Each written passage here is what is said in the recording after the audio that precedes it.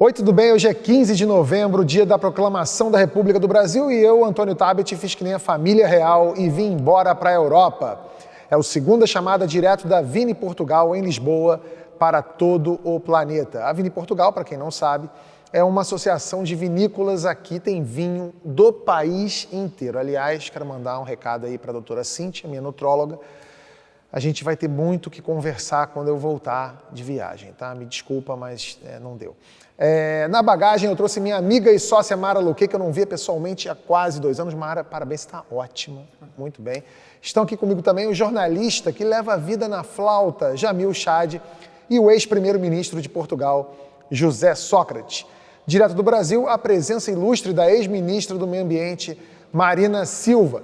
Vamos falar de meio ambiente, claro, o que os compromissos da COP26 significam para o futuro do planeta. Ontem, 14 de novembro, foi dia das siglas no Brasil, PSL, PL, nada disso. Tá? Se depender do Valdemar da Costa Neto, Bolsonaro vai se filiar à coligação PQP, VTNC e depois eu explico o que isso significa. Vamos falar também de um problema que está preocupando pais portugueses. As crianças daqui estão exibindo um comportamento indesejável, falando brasileiro. E vamos também mostrar como é que é a liturgia, seriedade da alta corte na justiça no Brasil. No conteúdo só para membros, se der tempo, porque eu acho que esse programa aqui vai ficar bem longo, vamos falar daquilo que o humorista Manuel Cardoso chamou no programa passado de franchising da direita. Fica por aqui que a gente começa logo depois da vinheta.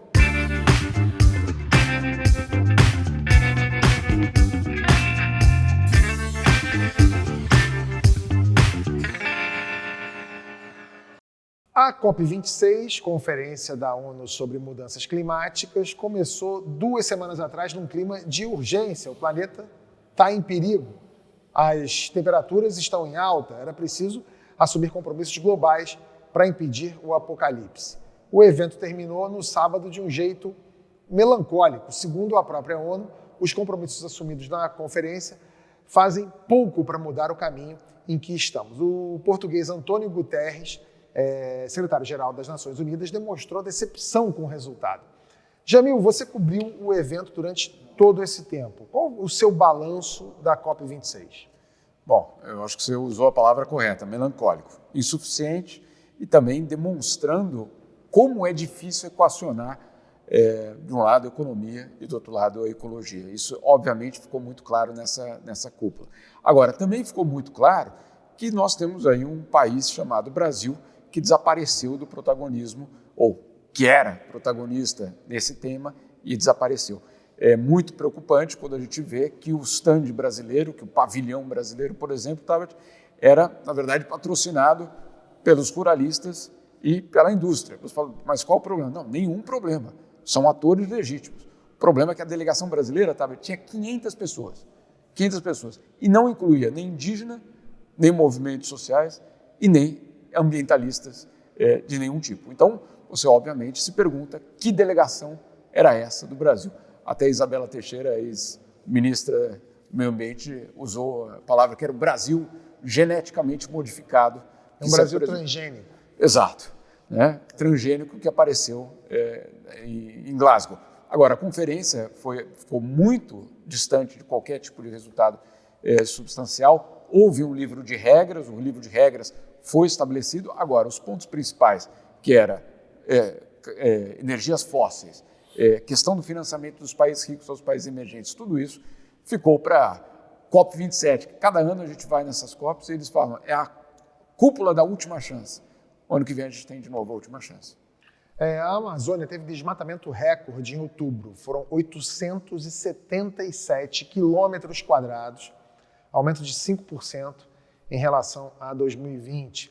Mas, para o presidente Jair Bolsonaro, que está passeando em Dubai, a Amazônia é um paraíso que não pega fogo e que não está em perigo, está intocado, imaculado desde 1500. O principal adversário do Bolsonaro em 2022, o ex-presidente Lula, também está passeando, só que aqui pela Europa. Ele se encontrou com o futuro chanceler da Alemanha, Olaf Scholz. Os dois falaram sobre conciliação de economia e preservação ambiental. Marina, você foi ministra do Meio Ambiente no governo Lula. O Lula tem mesmo essa preocupação com a preservação? Porque eu lembro que você e ele tiveram alguns atritos nesse sentido, ou estou enganado? Mais uma vez, bom estar aqui com vocês. Acho que o Jamil trouxe uma coisa muito interessante aí do contexto da COP, que a gente precisa de fato ficar atento, mas em relação a essa questão de governos comprometidos com a agenda ambiental, até bem pouco tempo, a visão, principalmente na América Latina, esquerda, direita, centro, lado, a maioria, todos, não é? Eram desenvolvimentistas, com uma visão de desenvolvimento econômico linear, sem questionar o modelo de produção e consumo que nós temos no mundo. No caso do presidente Lula, no primeiro governo do presidente Lula, houve um espaço maior para que se trabalhasse as questões ambientais.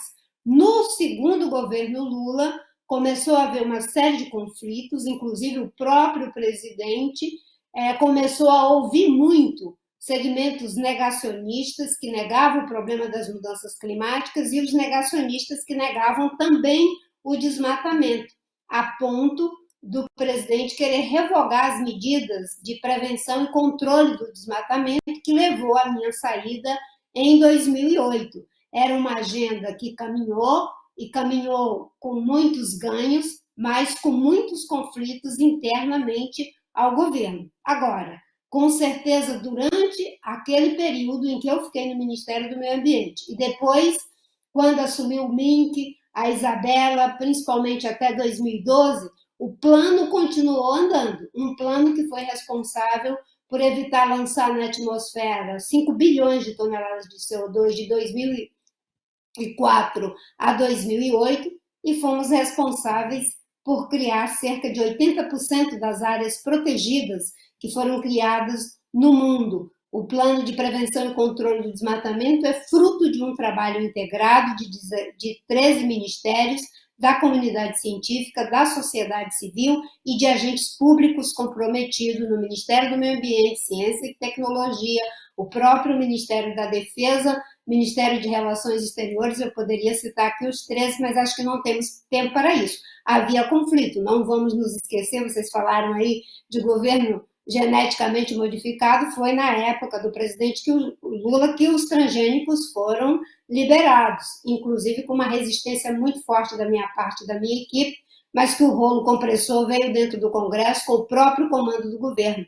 Não é? A maioria dos governos tem essa dificuldade de integrar economia e ecologia numa mesma equação, coisa que agora o tempo está dizendo que não há mais como protelar essa agenda. Marina, Belo Monte foi um catalisador dessa virada, dessa mudança de percepção e de posicionamento do ex-presidente Lula? Na verdade, Belo Monte sempre foi um investimento muito polêmico, muito difícil, porque um empreendimento da magnitude de Belo Monte não tem que provar sua viabilidade econômica, enfim, em função do problema da crise energética, a viabilidade em termos de fatores assim muito pragmáticos. É preciso provar a viabilidade ambiental, social e cultural, porque fica ali muito próximos aos indígenas, principalmente uma das nossas maiores tribos, que são os índios caiapós. Na época do presidente Lula, enquanto eu fui ministra do Meio Ambiente, nunca concordei com a licença de Belo Monte. Então, o que nós fizemos? Nós reencaminhamos o pedido de licença para estudos técnicos e científicos, porque nós tínhamos certeza de que o empreendimento não tinha viabilidade econômica, não tinha viabilidade social nem viabilidade ambiental. Havia ali um tensionamento muito grande, mas quando você está no governo não é só para dizer amém, você tem que fazer aquilo que é correto, e se não é para fazer o que é correto, você pede para sair, que foi o que eu fiz quando o presidente Lula tentou revogar as medidas de prevenção e controle do desmatamento induzido pelo Mangabeira Unger e pelos governos de Rondônia e do estado do Mato Grosso, grandes plantadores de soja. No caso de Belo Monte, depois a licença foi dada e os resultados são os que nós temos hoje. o projeto não é viável de fato do ponto de vista econômico, não é viável do ponto de vista ambiental nem social e do ponto de vista do provimento de energia ele deixa completamente a desejar, porque funciona com 1/3 da capacidade, porque é uma hidrelétrica a fio d'água, porque tecnicamente não tem como barrar, não é, ali o rio Xingu, porque senão nós vamos prejudicar todo aquele ecossistema, todo aquele processo, mais do que já está prejudicado. Os países emergentes, entre eles o Brasil, reclamaram na COP26 das posturas dos países ricos. Segundo o nosso lado, os compromissos estão desequilibrados. As nações ricas estabeleceram limite para o desmatamento, por exemplo, mas não se comprometem com a redução do uso de combustíveis fósseis. Além disso, os emergentes reclamam da falta de financiamento para as iniciativas ambientais. Ministro, é possível falar a sério de reversão dessas mudanças climáticas sem a participação ativa da União Europeia, da Rússia e da China? Ou tem jeito? Não acho que seja possível, de forma séria, encarar o problema das alterações climáticas sem que os principais países desenvolvidos tenham um papel de liderança. Aliás, eu acho que uma das mudanças nos últimos anos mais significativa no que diz respeito ao aquecimento global foi a mudança da administração norte-americana. E nós podemos ver isso nesta COP26, em que os Estados Unidos tiveram uma atitude de liderança a impugnar por metas de emissões de gases com efeito de estufa mais reduzidas. Mas talvez fosse importante que nós compreendamos a dificuldade do problema. Porque todos os problemas ambientais têm na sua base um problema de distribuição de recursos. E é por isso que isto não é simples. Porque se fosse simples, estaria feito. Porque todos os países do mundo e todos os dirigentes políticos sabem, em primeiro lugar, que o problema existe em virtude da atividade humana, isto é, o aquecimento global é fruto da economia e da atividade humana, sabem que é urgente e sabem que temos também o tempo contado para fazer isso. E sabem uma outra coisa, é que, ao invés daquilo que calculávamos, nos últimos 20 anos o problema agravou-se e não melhorou, agravou-se. É claro que muita gente fala dos negacionistas, mas convenhamos, os negacionistas são uma minoria sem interesse. Todos os governos do mundo sabem bem qual é o problema, sabem que esse problema existe e esse problema tem que ser enfrentado. Qual é a dificuldade, então? A dificuldade é justamente como pagar a mudança da economia do carbono para uma economia sem emissões de gases com efeito de estufa. E isso é mais complexo. Porquê? Se vocês virem bem, em todos os problemas ambientais, por exemplo, nos problemas de primeira geração ambiental, aqueles que diziam respeito ao saneamento básico, isto é, água potável para todos, tratamento de esgotos, como nós tivemos aqui em Portugal há 20 anos atrás, eu fui ministro do Ambiente numa altura em que isso era o nosso principal problema, tudo isso se resolveu quando nós admitimos deixar de pagar a poluição como vítimas e passámos a pagá-la como contribuintes ou como consumidores. Hoje os portugueses pagam a poluição como consumidores. Nós todos pagamos uma taxa para que tratem os nossos esgotos e temos as instalações para o fazer. Também no aquecimento global é preciso pagar essa mudança na economia. E a forma de pagar é que é mais complexa, porque há duas diferenças relativamente a todos os outros problemas ambientais. O primeiro é que, se nós não fizermos nada, claro está, pagamos a poluição como vítimas, pagamos o aquecimento global como vítimas desse aquecimento global. Mas não somos nós as vítimas. As vítimas ainda estão por nascer. Ou, em alguns casos, nasceram agora. E isso torna o problema mais difícil, porque as vítimas não estão representadas verdadeiramente. E há, portanto, um certo cinismo em muitos dos dirigentes políticos quando se aborda o problema, porque realmente eles pensam, bom, tudo isto é um problema para o outro, e não no meu mandato, e não na minha existência. Porque quando falamos de aquecimento global no ano 2050, verdadeiramente nenhum dos que está aqui, eu provavelmente não estarei, vocês que são muito jovens ainda sobreviverão. Portanto, esse é o primeiro problema. Um outro problema é o seguinte, é que é preciso distribuir isto pelos países todos. E como é que se distribui pelos países todos? Bom, ao longo destes 20 anos nós fizemos progressos nesse debate e temos já alguns princípios que já estão aceitos. Um primeiro princípio que é de justiça ambiental, isto é, quem mais emitiu no passado tem que pagar mais agora. Isto é, qual é o objetivo? É que a temperatura no mundo suba, não vá além, a subida da temperatura não vá além de 1,5 graus acima da temperatura média que se verificava antes da época industrial, isto é, enfim, meados do século XIX. Ora bem, para isso é preciso reduzir as emissões de carbono. Os países desenvolvidos foram aqueles que mais emitiram e, portanto, são esses que têm que pagar mais. Esse princípio é um princípio que hoje está estabilizado. Agora, quanto é que se vai pagar é um pouco mais difícil estabelecer.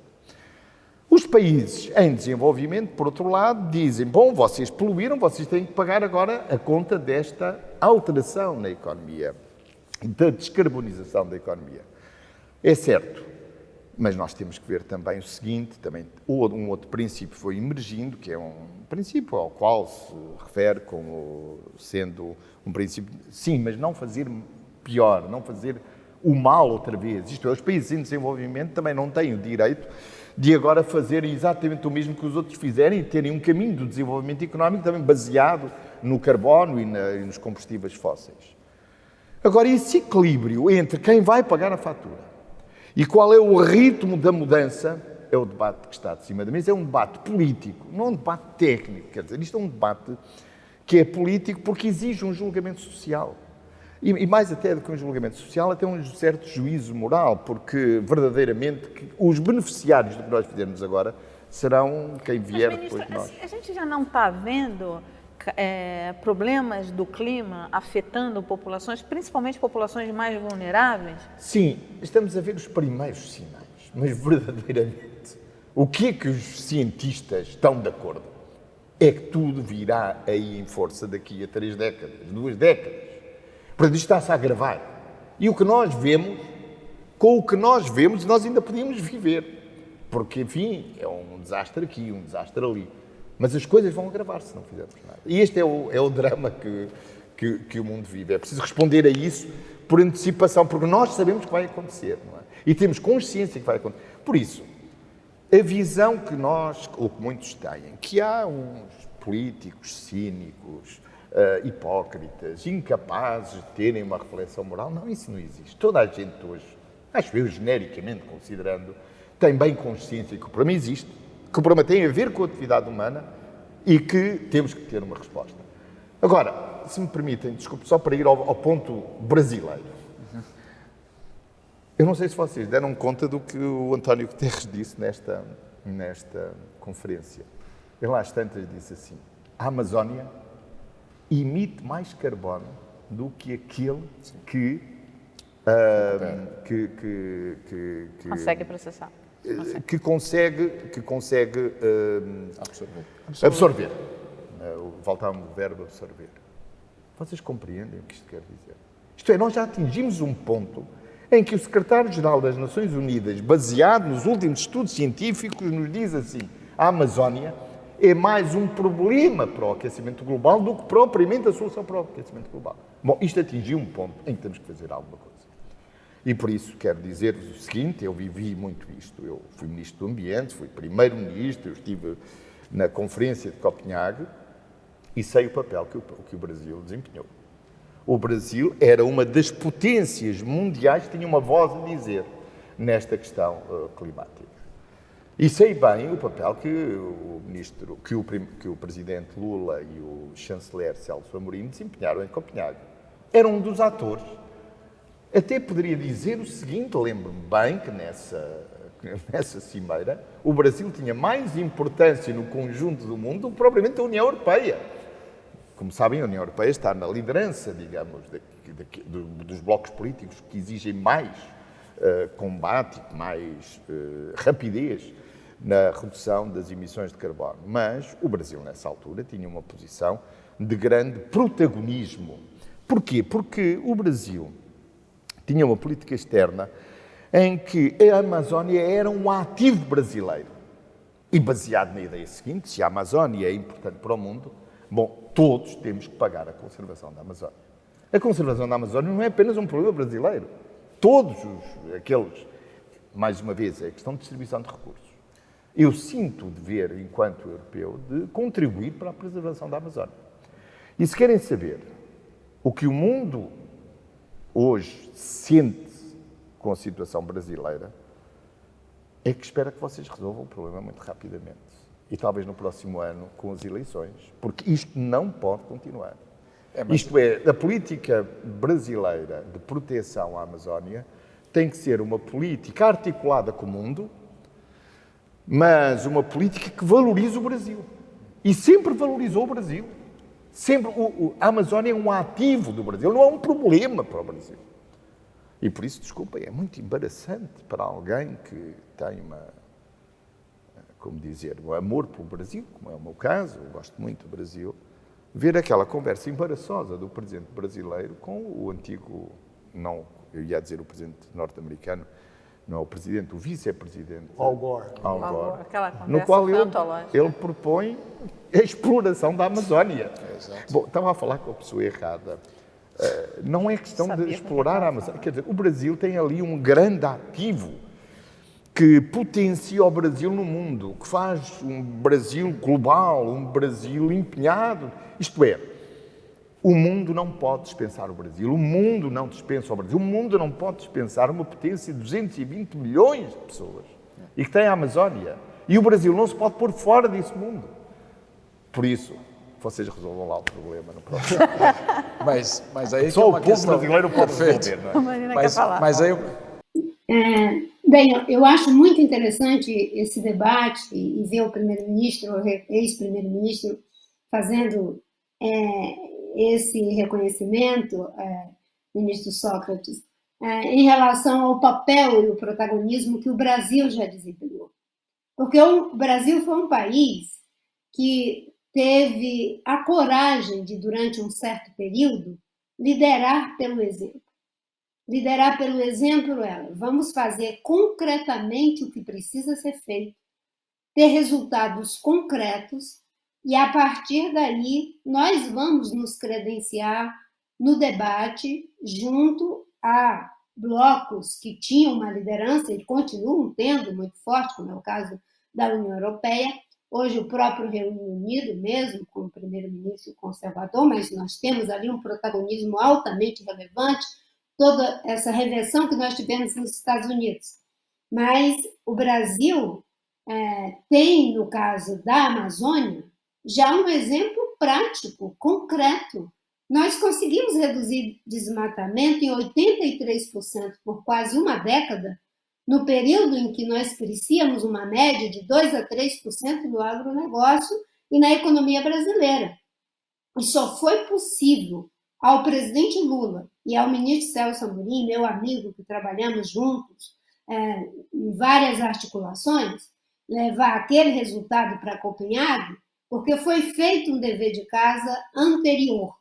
Um dever de casa que significou colocar 720 criminosos na cadeia, que significou implodir 86 pistas clandestinas na Amazônia, inibir legalmente mais de 60 mil propriedades de grilagem e criar 25 milhões de hectares de unidades de conservação. Esse foi um esforço hercúleo que foi feito e foi graças a esse trabalho que foi possível ao presidente da República e ao governo brasileiro fazer com que o Brasil fosse o primeiro país em desenvolvimento, o primeiro país emergente a assumir metas de redução de CO2. Agora, essa é uma agenda de fato difícil, complexa, com muita resistência que sempre tivemos, Ministério da Agricultura, Ministério de Transporte, Ministério de Minas e Energia, não é? Um trabalho que tinha que ser feito a partir de diretrizes de quem conhecia a agenda, que era fazer da agenda ambiental brasileira uma agenda transversal, que perpassasse todos os setores de governo para poder alcançar esse resultado. Isso caminhou relativamente bem até 2012. Em 2012, o desmatamento voltou a crescer, porque foram flexibilizando as ações do Plano de Prevenção e Controle do Desmatamento da Amazônia. É claro que nada se compara ao que temos hoje. Não é? É constrangedor, como disse o primeiro-ministro, ouvir o presidente Bolsonaro falar uma aberração daquela, assim como é terrível ouvi-lo dizer que aonde tem floresta é que tem pobreza. A economia da floresta, não é? Ela é muito mais rentável do que produzir soja, do que produzir gado. Não é? 1 hectare de floresta é muito mais rentável do que de gado e soja. Agora, para isso, precisa ter os investimentos corretos. Na questão da ajuda dos países ricos, existem os países pobres, parte da Ásia, da África, mas os países de economia de renda média, como é o caso do Brasil, já provou que fez o dever de casa a partir de si mesmo. E nós conseguimos o Fundo Amazônia, não foi para poder começar a fazer as coisas. O Fundo Amazônia, que hoje tem a participação da Alemanha, que começou com o dinheiro da Noruega, esse dinheiro veio em função dos resultados que nós alcançamos endogenamente. O Brasil saiu da posição de ser protagonista para ser pressionado, saiu da situação de ser parte da solução para virar um páreo ambiental. Aliás, o governo Bolsonaro nos faz páreo em tudo, em direitos humanos, em meio ambiente, em tudo. Não é? Mas o princípio da justiça climática está colocado, não é, para que a gente possa, como disse Mário, não é, ajudar os países que têm dificuldade, situação de vulnerabilidade, a mudar o seu modelo de desenvolvimento, fazer a transição energética, fazer a transição para esse novo modelo de desenvolvimento, que tem que ser sustentável, não só do ponto de vista ambiental e nem do ponto de vista econômico, tem que ser sustentável do ponto de vista social, do ponto de vista cultural, e eu diria do ponto de vista político, ético e estético, porque boa parte das respostas técnicas nós já temos. O que falta é o compromisso ético de colocar essa técnica a serviço da mudança. Só que ela se depara com um problema, o sistema. O sistema é uma espécie de Procusto, né? Que ele vai tentando amoldar tudo e a todos para que ele continue existindo tal como é. Só que a ciência já disse não. Tem um limite.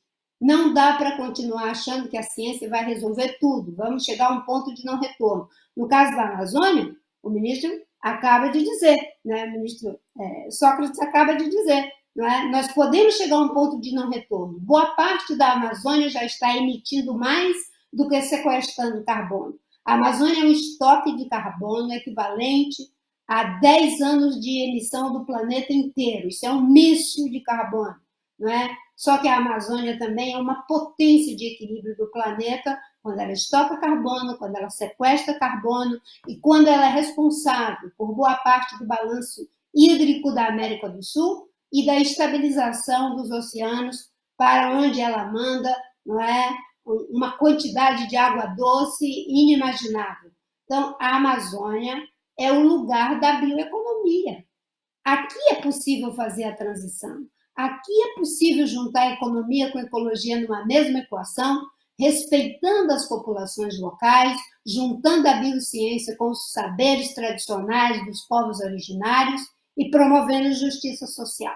Porque esse novo modelo não pode ser um modelo para que, mais uma vez, se tenha 1% ganhando o equivalente a mais da metade da população do planeta, enquanto a gente vê a situação de degradação e pobreza que aumenta no mundo e particularmente no Brasil, agravada agora pela Covid, mas, claro, por um governo que tem uma postura de completo desprezo pelo meio ambiente, pelos pobres, pelos pretos, pelas mulheres, pelos indígenas, pelos gays.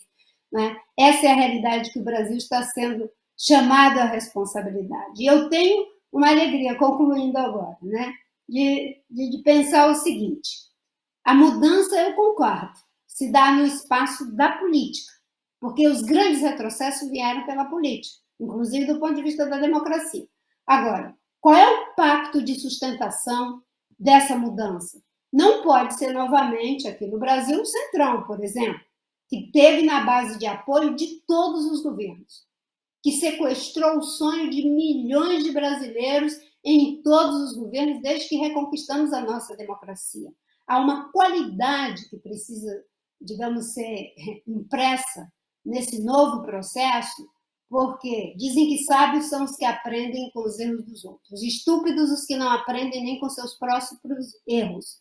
E nós não podemos errar novamente em relação a direitos humanos, em relação ao meio ambiente, em relação a povos indígenas, em relação ao combate às desigualdades e estarmos integrados, né, no debate que está sendo feito sobre disrupção tecnológica, cooperação em saúde e mudança climática. É isso que vai fazer a diferença, é por isso que eu digo, antes da gente discutir apenas nomes, que são importantes, vamos discutir propostas, porque o que levou para o Brasil para o buraco foi discutir apenas projeto de poder e não projeto de país. Jamil, você queria falar um negócio rapidinho? Rapidinho, só para completar justamente essa posição do Brasil. O Brasil, nos primeiros dias da COP26, soltou um monte de confete, fez anúncios absolutamente vazios que não condiziam com a realidade, a Marina sabe muito bem disso. E esperou que esse confete criasse uma espécie de cortina de fumaça durante toda a COP, justamente para desarmar a bomba diplomática que poderia cair no colo. Conseguiu, até o último dia. O que aconteceu no último dia da COP? Vieram os números do desmatamento, que você citou. E aí os números do desmatamento basicamente escancararam o que de fato era aquele país e que de fato não tinha credibilidade nenhuma para negociar. Então, a farsa estava exatamente escancarada com os números. Era tão farsa, a farsa era de tal dimensão que o ministro do Meio Ambiente deu uma coletiva que se recusou a falar do desmatamento, com os números já conhecidos. Né? Então você diz, bom, então tem algo muito sério quando o ministro do desmatamento, o ministro do Meio Ambiente se recusa a falar. O Brasil é ministro do desmatamento mesmo. Obrigado. É o ministro da boiada. Ministro, você quer falar alguma coisa? Sim, queria só dizer o seguinte, eu porventura fiz-me explicar mal, ou expliquei-me mal, porque eu sou testemunha, eu vivi esse período de afirmação do Brasil na questão do ambiente. E vivi com o gosto de um país que lidera hoje o mundo da língua portuguesa, se transformou num ator global. Um país que levava a sério as questões ambientais e as questões da preservação da natureza e transformava a Amazónia numa riqueza do Brasil que o Brasil exibiu orgulhosamente perante o mundo e principalmente na redução do desmatamento.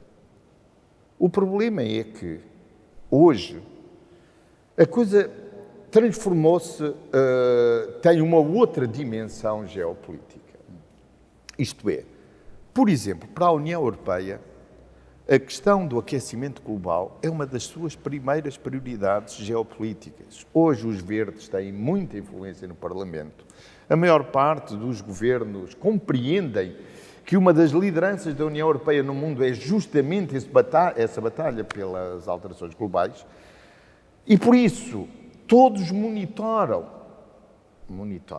está bem aplicado, está bem dito o verbo, todos monitoram a Amazónia, todos medem a Amazónia, todos se interessam pela Amazónia. E por isso o Brasil não pode continuar com o que foi feito nos últimos anos, pela simples razão que isso vai afetar a economia brasileira. Porque é uma ingenuidade pensar que o agronegócio terá futuro se alimentar da ideia que isso viverá do desenvolvimento e do crescimento do desmatamento da Amazónia. Pelo contrário, vai encontrar dificuldades terríveis no mundo todo. E no mundo todo, com a União Europeia, com a China, com os Estados Unidos. Como eu disse há bocado, acho que há duas coisas que mudaram muito nos últimos 10 anos. Muito. E mudaram o tabuleiro do jogo político. Uma é a liderança dos Estados Unidos nesta questão. Os Estados Unidos estão de regresso ao jogo na liderança no combate ao aquecimento global. E é uma grande mudança essa. Mas a segunda mudança é que o próprio mercado já entendeu para que lado vamos. Quer dizer, a ideia que a economia se opõe à ecologia ou que há um problema ambiental é uma conversa de há 20 anos.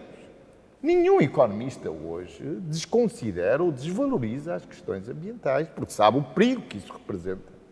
E por isso, se o agronegócio tiver uma visão de futuro, será o setor económico mais interessado na preservação da Amazónia.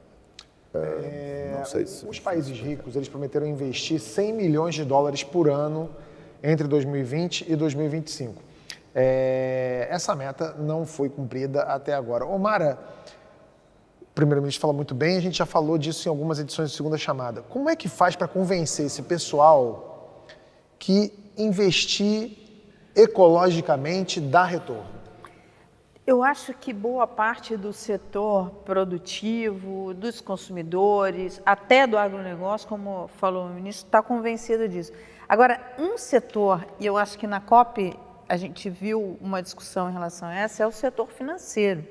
O setor financeiro, ele entra no discurso, né, do financiamento verde e tal, mas você já começa a ver, você vê, enfim, organizações, e outro dia eu vi uma matéria no Financial Times grande sobre isso, falando de bancos, um banco europeu que estava financiando uma empresa de combustíveis fósseis na Austrália, sendo que esse banco se comprometeu a ter compromissos de só financiar ou transição para modelos sustentáveis ou empresas que não fossem emissoras de carbono.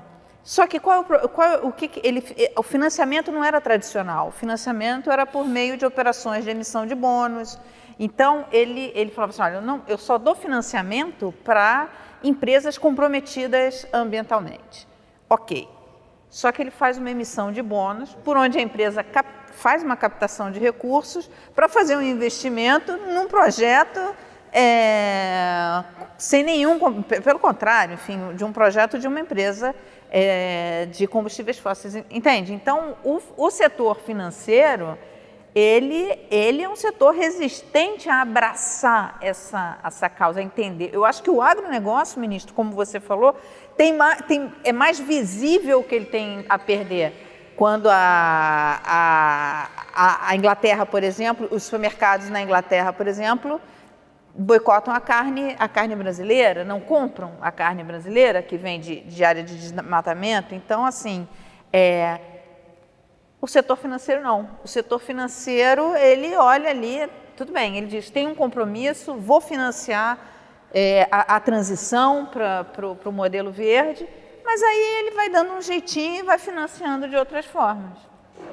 Não há empresário que tenha uma visão de futuro que não considere que o caminho vai ser para uma economia descarbonizada. Isto é o futuro e está mais que admitido por todo o mercado. Repare, eu fui primeiro-ministro há uns anos atrás. Em 2008 nós tivemos aqui uma crise, vocês lembram-se bem disso, do preço do petróleo, que levou os nossos preços da gasolina. O petróleo aqui em 2008 estava a $140. E eu lembro-me de falar no Conselho Europeu e dizer, bem, nós temos que tomar aqui uma opção. E a opção deve ser imediatamente dizer a este mercado que nós vamos apostar no carro elétrico. Ninguém me levou muito a sério, achavam que isto era tudo uma recaída dos meus tempos de Ministro do Ambiente. Vocês vejam hoje o que se passa com as indústrias automóveis europeias, com a Volkswagen, com todas as americanas. Toda a gente apostou no carro elétrico. As cidades não vão aceitar outro tipo de automóvel que não seja o carro elétrico. Porque o carro elétrico não polui, não emite e não faz barulho. E as pessoas não querem nem barulho, nem gases. E por isso, isto é o futuro e eu estou convencido do seguinte, a grande mudança é que o mercado já entendeu. O futuro é uma economia verde. E esta é uma mudança política muito significativa, porque eu sou do tempo em que os ambientalistas tinham que lutar contra a economia. E mais do que isso, até tinham que lutar no seio da esquerda pela ideia que talvez algumas políticas ambientais pusessem em causa o emprego. Hoje, o emprego do futuro é o que vai trazer a mudança na energia. As energias renováveis são o setor que vão produzir mais emprego, mais tecnologia. Repare, nós aqui em Portugal, vocês, se fizerem uma viagem pelo nosso país, vão ver muitas turbinas eólicas. No meu mandato, eu estimulei muito essas energias eólicas. Mas fui muito criticado, muito atacado, porque na altura nós tínhamos, de certa forma, subsidiar essa produção de energia. Hoje, a produção de energia eólica é mais barata do que de combustíveis fósseis. Mais barata. Porque houve umas pessoas que acharam que devíamos financiar como contribuintes, e não apenas como consumidores, para que nós tivéssemos energia limpa. Repare, eu lembro-me quando tinha 30 anos, era um jovem deputado no Parlamento, e vieram aqui uns dinamarqueses falar-nos em energia eólica. Nós achávamos que eles estavam a brincar, porque isso nunca competiria com o petróleo. Mas eles subsidiaram-na. Foram eles que andaram para a frente. A Dinamarca, um pequeno país, hoje tem a maior indústria dessas turbinas eólicas, que é a maior empresa do mundo, que vende aquelas turbinas para todo o mundo. Por isso, todos aqueles que percebem o que aí vem, sabem que nada poderá ser feito contra o movimento que se iniciou e que tem uma força brutal, que é o movimento para reduzir as emissões de carbono. E o mercado financeiro virá atrás, porque, sabe, o mercado financeiro faz o que os outros lhe mandam fazer, o que os Estados Unidos mandar fazer, o que a indústria mandar fazer, porque eles sabem também que têm que pôr o seu dinheiro onde houver futuro. Eu estou, quanto a esse ponto de vista, estou muito otimista, porque eu conheço o mercado, eu sei o que é o mercado, e sei que muitos deles, quando pensam em lucro, pensam no futuro. E o futuro passará por aí. Mas mesmo, como fazer então para reduzir os subsídios a energias fósseis? Porque elas continuam milionárias por segundo. Sabe, eu tenho, enfim, não vale a pena entrarmos numa discussão muito doutrinária, mas eu estou muito desiludido com a forma como que nós encontramos para pagar essa descarbonização entre ser consumidor ou ser contribuinte. Repare, eu sou do tempo, repare, nós celebramos Kyoto como uma grande vitória, eu sou desse tempo. Bom, nós fizemos aqui um mercado do carbono. Quer dizer, esta ideia que nós temos de ter soluções do mercado para qualquer problema político é uma ideia completamente, como dizer, imposta por uma ideologia que hoje não tem sentido. Verdadeiramente faz algum sentido, diga-me lá, qual é a base moral para você aceitar que podes poluir desde que pagues? Diga-me lá qual é. Portanto, eu sou... Não, você resolve o do poluidor, você resolve o do outro, não do podes planeta. emitir, não podes emitir. Mas eu posso pagar a emissão. Não podes pagar. E hoje o que nós temos é essa solução. É o mercado de carbono, que apresentamos com orgulho, a Europa então. Essas soluções que o mercado nos impingiu, eu também já acreditei nisso. Agora não acredito em nada disso, desculpem. Não pode emitir.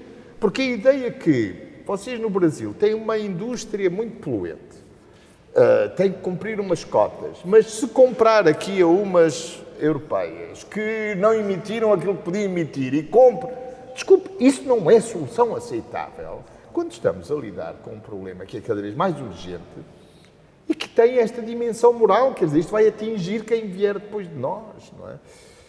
É claro, nós temos esses movimentos de jovens que, enfim, também transformam tudo numa visão manicaísta. De um lado os políticos malandros, dele, do outro lado os jovens que querem. Tudo isto é muito manicaísmo.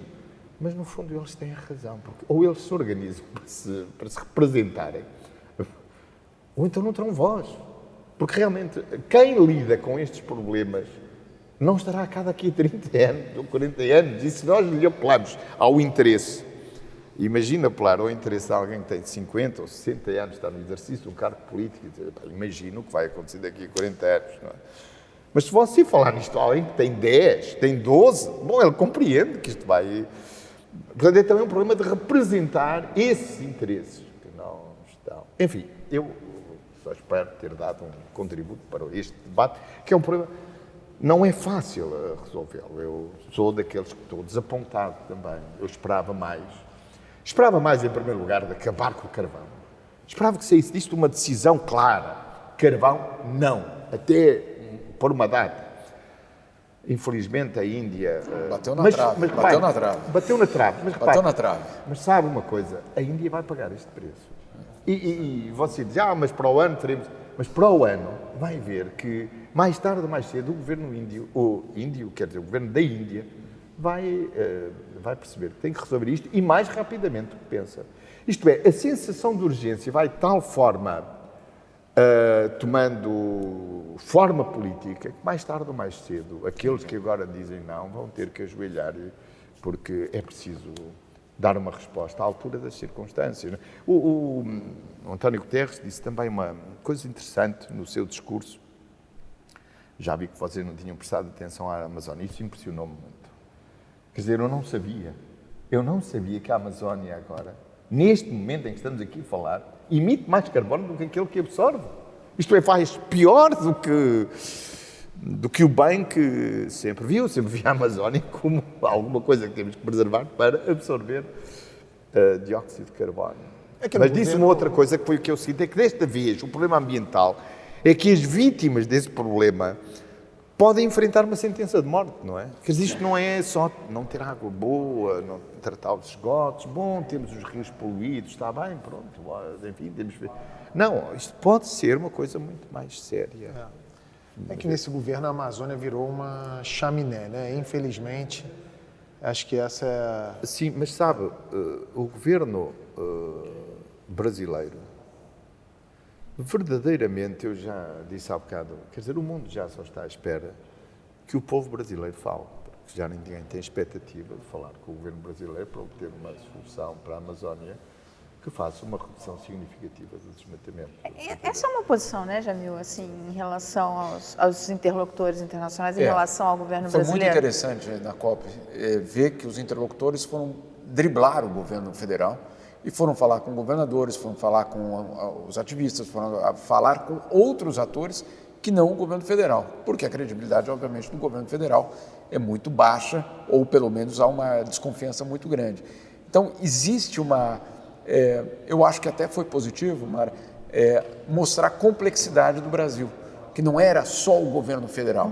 E isso um pouco a gente viu. E mesmo dentro do governo federal, você vê que o presidente do Banco Central, sim, certamente. Ele era esperado como uma voz mais ligada ao... Sim, mas é curioso, porque foi até uma pergunta que eu tenho para o ministro, uma das forças que fez o Brasil mudar o discurso, não a realidade, mas que fez o Brasil mudar o discurso no que se refere ao meio ambiente, foi o fato de que os exportadores agrícolas passaram a ficar com medo de barreiras comerciais no mundo. E aí esses mesmos agricultores foram no governo bater na porta e falaram, ou muda o discurso ou nós vamos perder. Mas aí eu pergunto para o senhor, na União Europeia é melhor barrar produto brasileiro ou incentivar? Eu espero que não chegue aí. Como equacionar isso? Eu espero que não chegue aí. Boa pergunta essa. Nós estamos, de cima da mesa, está o acordo entre a União Europeia e o Mercosul. Isso. E só está preso por uma coisa, a questão ambiental. Não está preso por mais nada. E não haverá acordo, do que eu conheço na União Europeia, enquanto o Brasil não resolver esse problema. Enquanto o Brasil já está a pagar uma fatura por isso. Sim. E vai pagar. Eu acho que não vai pagar porque o povo brasileiro vai ter uma oportunidade de fazer uma outra escolha no próximo ano. Mas repare, eu lembro-me perfeitamente, há uns anos atrás, não sei se vocês têm memória disto, houve um momento em que um ministro dos Negócios Estrangeiros francês foi visitar Bolsonaro. Certamente. Não sei se vocês se lembram. O barbeiro do presidente também. Ora bem, isso aliás foi um episódio muito comentado na França e na Europa, enfim, como o episódio da diplomacia do coiffeur, não é? Porque o que é que acontece? O Presidente da República tinha um encontro com o Ministro, ia receber o Ministro dos Negócios Estrangeiros francês.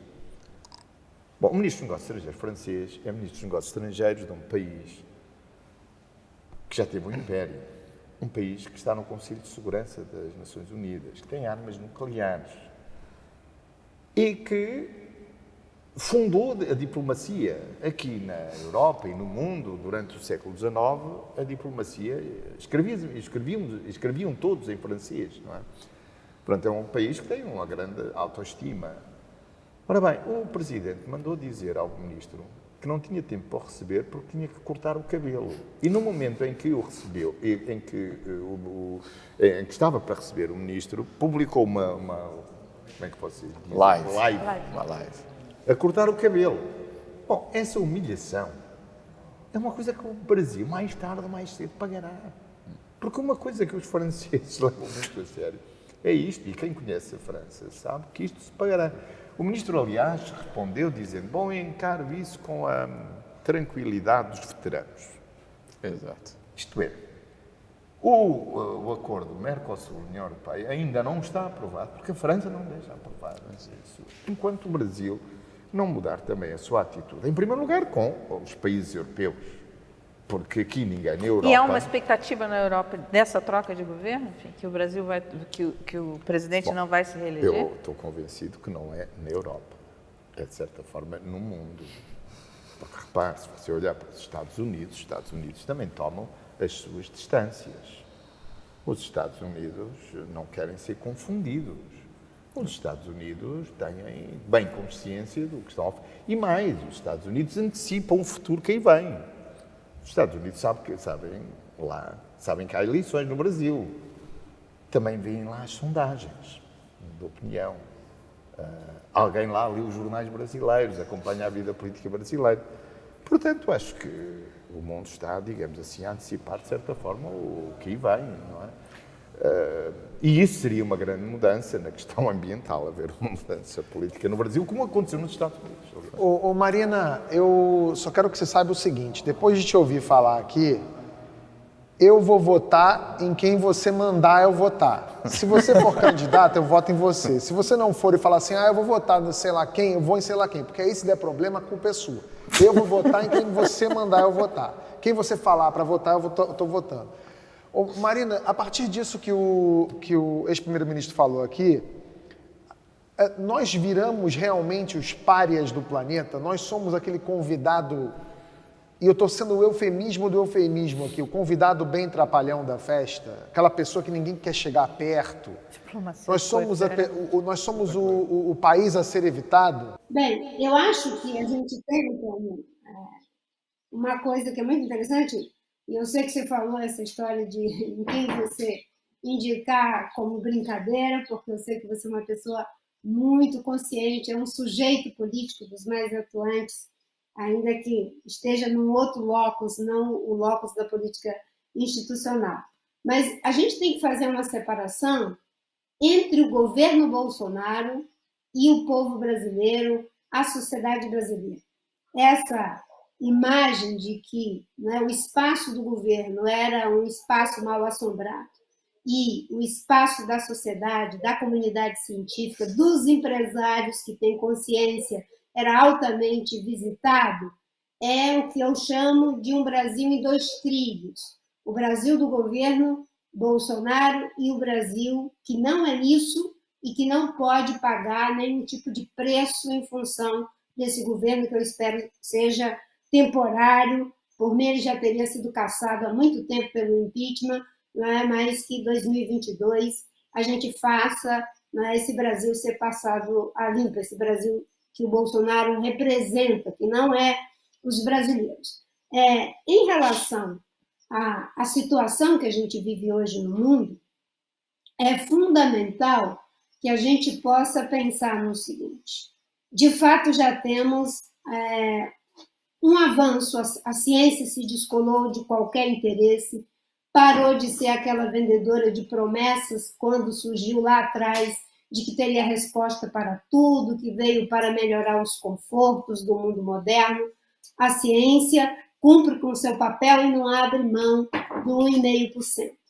Agora, temos uma parte de governos, e não vamos nos esquecer que os Estados Unidos foi um grande freio de mão na agenda de mudança climática. O presidente Obama tentou, não conseguiu em função da ação dos republicanos. O presidente Biden ganha as eleições dizendo que retornaria ao Acordo de Paris. Passou a ter dificuldades dentro do seu próprio partido, que ainda bem desbloqueou a agenda, para que ele possa seguir seu caminho, o que é muito importante. O segundo maior emissor tendo as suas responsabilidades inscritas, e também, no caso, a China, que é o maior emissor do mundo, hoje em relação a CO2. Agora, o Reino Unido, ele fez um relatório parece que para um indiano chamado Dasgupta, que aqui no Brasil a gente chama de relatório Dasgupta, e nesse relatório, que foi feito a pedido do Reino Unido, sobre a questão das mudanças climáticas, a crise ambiental global, ele dá conta do seguinte, não é? De que o mundo está investindo ainda, não é? Cerca de 4 a 6 trilhões de dólares em atividades econômicas que impactam negativamente o planeta. Isso é o nosso investimento. Se eu vou decantar isso para o Brasil, já que falamos bastante do Brasil, não é? Nós temos no Brasil um plano chamado Plano Safra, que é o que financia a agricultura brasileira. De 2020 para 2021, foi algo em torno de 260 ou 200, enfim, uma cifra, bilhões de reais. Para o programa Agricultura de Baixo Carbono, vocês sabem quanto foi destinado desse volume de recursos? Não é? Isso não é de agora, já vem de governos anteriores. Não é? Apenas 1% desses mais de 200 bilhões, 1% para a agricultura, que sequestra carbono, aumenta a produção por ganho de produtividade, gera emprego, renda decente, protege a Amazônia, enfim, 1%. O relatório Dasgupta, não sou eu que estou falando, diz que são de 4 a 6 trilhões que são investidos em atividades que destroem a biodiversidade e que aumentam a temperatura da Terra. Reverter esse processo é uma ação que tem que ser de todos os cidadãos, mas principalmente de empresas e de governos. Eu não acredito em mudanças abruptas, eu acredito que nós temos que fazer uma transição. Mas nem vai ser uma transição demorada, como a gente fez, do feudalismo para o capitalismo, do mercantilismo, bababá, não tem tempo. Agora nós vamos ter que fazer uma mutação rápida. E os países precisam cortar energia fóssil. Suponhamos que a gente faça 100% do nosso dever de casa em relação à Amazônia. Desmatamento zero. Isso é perfeitamente possível. Eu trabalhei por isso quando fui ministra do Meio Ambiente. Aqueles 5 bilhões de toneladas que nós não lançamos na atmosfera, que foi a maior contribuição individual de um país dada no mundo, no âmbito do protocolo de Kyoto, e reconhecida até hoje como a maior contribuição individual. Porque o nosso maior emissor é desmatamento. Não é? Brasil, desmatamento zero. Se o mundo não parar de emitir por carvão, petróleo, gás, nós não temos como proteger a Amazônia. A Amazônia vai para um processo de savanização. Hoje, algumas regiões já emitem mais do que sequestra. Hoje, nós já temos ação antrópica em mais de 20% da Amazônia. Que já foi removido floresta, é algo em torno de 18%. Se chegar aos 25%, a gente destrói a possibilidade da Amazônia ser Amazônia. E nós sabemos como fazer para reverter isso, sabemos como fazer para o Brasil ser um país de matriz energética 100% limpa, eliminando carvão, eliminando petróleo, com biomassa, com água, onde é possível fazer, com sol, com vento. Não é? E por que nós estamos fazendo? É porque, infelizmente, nós ainda temos investimentos que continuam sendo feitos na mesma matriz. Parece que nós nos tornamos dependentes das próteses que criamos. E eu tenho a consciência de que não se muda isso da noite para o dia. 1/3 da energia produzida no mundo vem do carvão. Agora é preciso acelerar essa transição. É preciso ajudar os países pobres, sim, a fazer a transição. Se a gente investe de 4 a 6 trilhões no que destrói o planeta, 100 bilhões para fazer a transição em países da África, da África e da Ásia, até da América Latina, não é? Não pode ser, não é, uma cifra do fim do mundo. É uma questão de evitar aquilo que o Bauman diz. Diante de um diagnóstico, nós temos que ter uma atitude clínica. Se nós temos a consciência do que é para fazer, temos condições de fazer, não tem mais do que ficar negociando. Nós não podemos fazer a COP da negociação, que vai regulamentar a regulamentação da regulamentação, porque isso é protelar. É por isso que nós estamos vivendo uma emergência climática. E o sentido de justiça climática, 48 países se reuniram para dizer: nós vamos desaparecer se vocês não fizerem o dever de casa.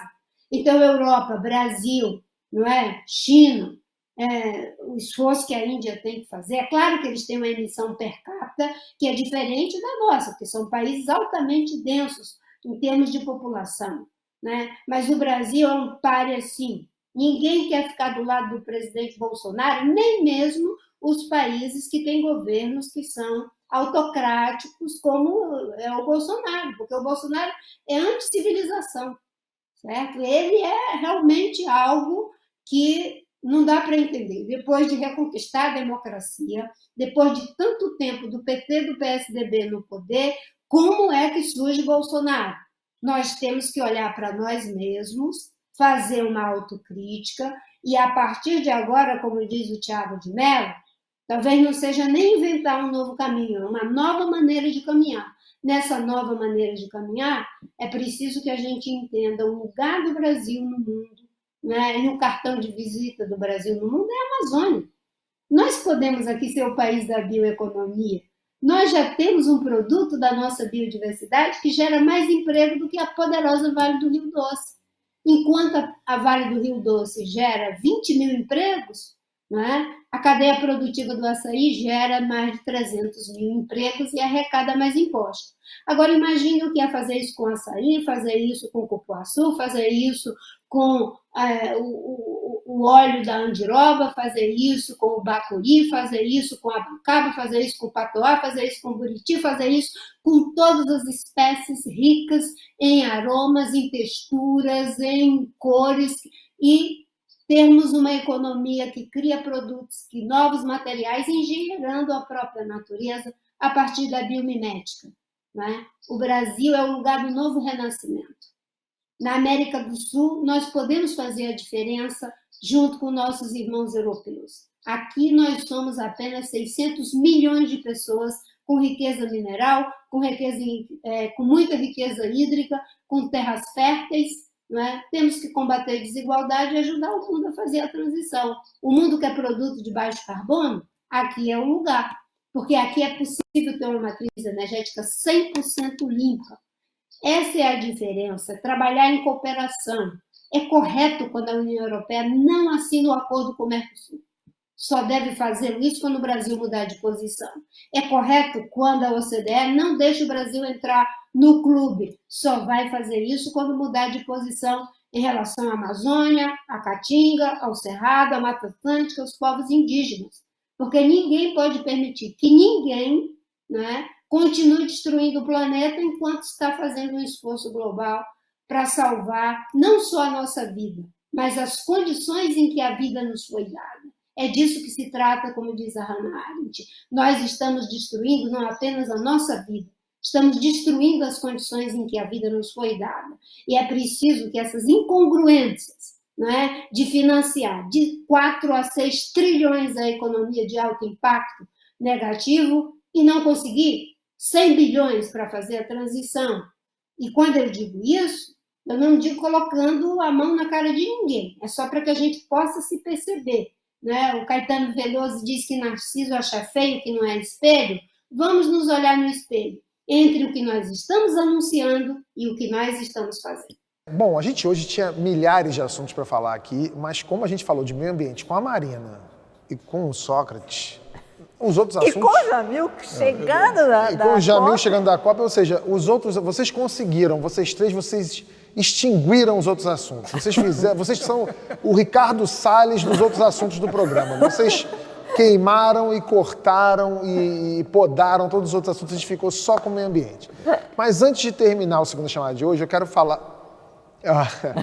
Antes de terminar a Segunda Chamada de hoje, eu quero falar de um assunto que me chamou muita atenção aqui em Portugal. Todo mundo sabe que Portugal e Brasil falam a mesma língua, mas com diferenças importantes, algumas maiores, outras melhores. No Brasil, por exemplo, você pode falar tranquilamente que gosta de miúdos. Quer dizer que você gosta de comer fígado, moela, coração de galinha. Aqui em Portugal, miúdo é criança, então é preciso ter cuidado na hora de falar isso. Pois agora, os miúdos portugueses, as crianças portuguesas, estão adotando um hábito preocupante. Drogas, pior. Elas estão falando português do Brasil.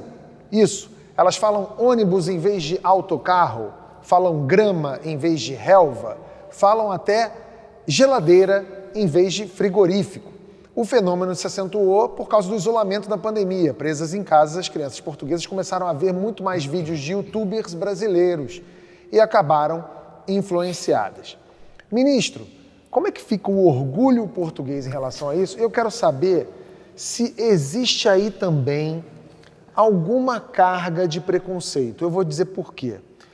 Primeiro que, assim, todos nós brasileiros sabemos que durante muitos anos as novelas brasileiras fizeram muito sucesso aqui em Portugal. Eu sou dessa geração. Você é dessa geração. E que termos, frases, gírias brasileiras acabaram emplacando aqui com as novelas e isso nunca foi um problema num momento. Segundo, eu tenho amigos portugueses aqui, que têm filhos portugueses aqui, adolescentes da idade dos meus filhos, e eu convivo com eles, venho para cá, estou aqui, eu estava no Porto agora uma semana, vim aqui para Lisboa e converso, vejo as crianças falando, e as crianças usam muitos termos em inglês também. Por exemplo, falam... esse meu amigo, eu cheguei para ele lá no Porto e falei assim, o que é bom eu fazer aqui no fim de tarde? Ele falou assim, no fim de tarde você vai para Gaia e vai até o Sunset. Aí eu falei assim, mas Sunset é o quê? É um bar, é um restaurante? Não, Sunset é o pôr do sol. Não, sei que pôr do sol é Sunset, mas pô, ele falava Sunset e os caras se despedem com bye e usam termos em inglês. Por que isso agora virou, de repente, um assunto, uma preocupação aqui? Bom, em primeiro lugar, não sei se há preocupação. Nunca notei essa preocupação. Mas foi matéria, foi matéria. Foi matéria num jornal, mas não devido. Existe também em Portugal, como em todos os países, um certo preconceito. E às vezes até admito que haja esse preconceito do europeu que olha para o brasileiro como da América Latina. Isso só prova o enorme complexo de inferioridade que essas pessoas têm relativamente aos brasileiros. Porque o Brasil, na minha geração, o Brasil o que trouxe à língua portuguesa foi, em primeiro lugar, uma grande gentileza na forma de falar, novos termos, mas também uma doçura. Pelo menos é assim que eu vejo isso. Eu acho que o português é mais rude na forma de falar e vocês são mais alegres, as vogais abertas. O que eu senti na primeira vaga de imigração brasileira foi que de repente o país ficou mais amável com brasileiros. Aqui foi sinceramente e honestamente o que eu senti. Agora há uma coisa importante que vocês precisam tomar consciência. É que vocês são a vanguarda da língua portuguesa. Vocês têm 220 milhões de pessoas. É por isso que as crianças foram influenciadas por causa da indústria global. E o Brasil tem que perceber que é uma potência global, que é um país irradiante. E essa falta de consciência de si próprio, da sua importância, é o problema da política externa brasileira. Vocês precisam de se levar mais a sério. Isto é, vocês são muito mais influentes do que vocês pensam. Vocês brasileiros. E isso é muito importante para a língua portuguesa. Vocês têm essa responsabilidade. Nós aqui somos 10 milhões, enfim, os países de expressão portuguesa são todos eles países médios. Vocês são a grande potência da língua portuguesa. E por isso, quando eu vejo essa notícia, eu vejo isso com agrado. Porque finalmente o Brasil está a perceber que tem que ser um país irradiante. Nenhum país tem 220 milhões de pessoas. E a responsabilidade de falar português e não a leva a sério. É por isso que vejo sempre com agrado os vossos filmes, o setor... Então, a responsabilidade é nossa de perpetuar a língua portuguesa. Isso foi o que eu quis dizer. Isto é, a valorização do português no mundo é a vossa responsabilidade. Tá e vendo, já agora, né? deixa-me... Eu fui primeiro-ministro de Portugal e sei exatamente o que estou a dizer. É vocês que toca levantarem o facho e continuarem com o português. O Fernando Pessoa dizia que a minha língua a minha pátria é a língua portuguesa. Eu sei do que ele estava a falar, mas aqueles que têm a responsabilidade hoje de projetarem a língua no mundo são os brasileiros, são 220 milhões. E eu tenho imenso orgulho que sejam vocês a liderar. É por isso que estou aqui, é porque gosto do Brasil, é porque acompanho a política no Brasil e até me atrevo a dar opiniões políticas sobre o Brasil, quando verdadeiramente alguém do governo brasileiro podia dizer, mas desculpe, mas você vota aqui, você... Não voto, mas enfim, nós todos damos opiniões sobre outros governos. Por isso eu vejo isto com gosto. E se as crianças portuguesas estão a aprender termos brasileiros, eu vejo isso com muita satisfação. Isso quer dizer que finalmente vocês estão a fazer o vosso trabalho, porque dizer grama... Sabe, eu uma vez, recentemente estive no Brasil, enfim, numa cidade do interior, que é a cidade do meu primo. O meu primo casou com uma brasileira e por isso ele considera aquela a sua cidade.